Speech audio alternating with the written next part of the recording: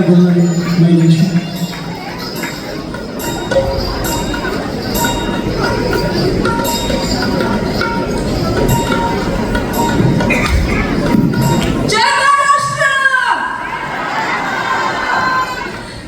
सगळ्यात आधी तुम्हा सगळ्यांना बालगंधर्वांच्या 97व्या वर्धापन दिनाच्या सगळ्यांना खूप खूप शुभेच्छा. खूप छान वाटतंय, खूप छान वाटतंय. हा स्टेज म्हणजे काय सांगू मी तुम्हाला, काय भावना सांगू माझं करिअर आणि बालगंधर्वाचा स्टेज एकत्र आहे माझ्यासाठी. कारण ह्या स्टेजवरून मी लहानाची मोठी झाली आहे. ह्या स्टेजवर मी इतकं परफॉर्मन्स केलेले आहे की ते आयुष्यात कधी विसरू शकत नाही.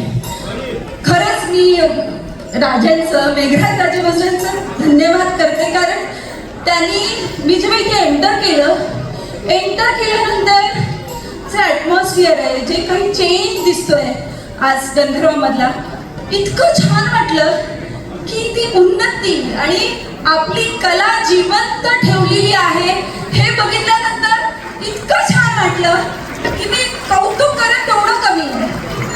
मी राजांना खूप आधीपासून ओळखते आणि आमची ओळख म्हणजे जवळजवळ 24 वर्ष झाली असेल, 24-25 वर्ष झाली असेल. कारण त्यांनी पण कलावरचं प्रेम कधी कमी होऊ दिलं नाही. तेव्हापासून आजपर्यंत त्यांचं जे जीव कलेसाठी आहे ते दिसतं आणि ते दिसल्यामुळे आज मी हे सगळं बघते की त्यांनी कलाकारांना कसा सपोर्ट केलाय.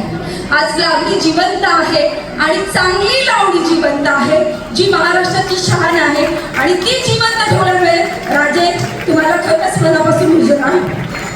जोरदार. स्टेजवर प्रत्येकाला नृत्य करताना बघताना इतकं छान वाटतंय, इतकं छान वाटतंय, इतकं छान गाताय तुम्ही सगळे. आणि लावणी सादर करताना कशी असली पाहिजे लावणी, त्यात गोडवा असला पाहिजे, साज शृंगार असला पाहिजे, नखरा असला पाहिजे आणि ठेका असला पाहिजे आणि न वल्गरिटी न घेता लावणी कशी असली पाहिजे ती अशी असली पाहिजे. Thank you so much. थँक्यू मला इथे बोलल्याबद्दल आणि खूप खूप छान वाटलं. थँक्यू रंजन. थँक्यू. ताई, आमच्या कलाकारांची विनंती आहे की तुम्ही एक स्पेशल लावणी करावी.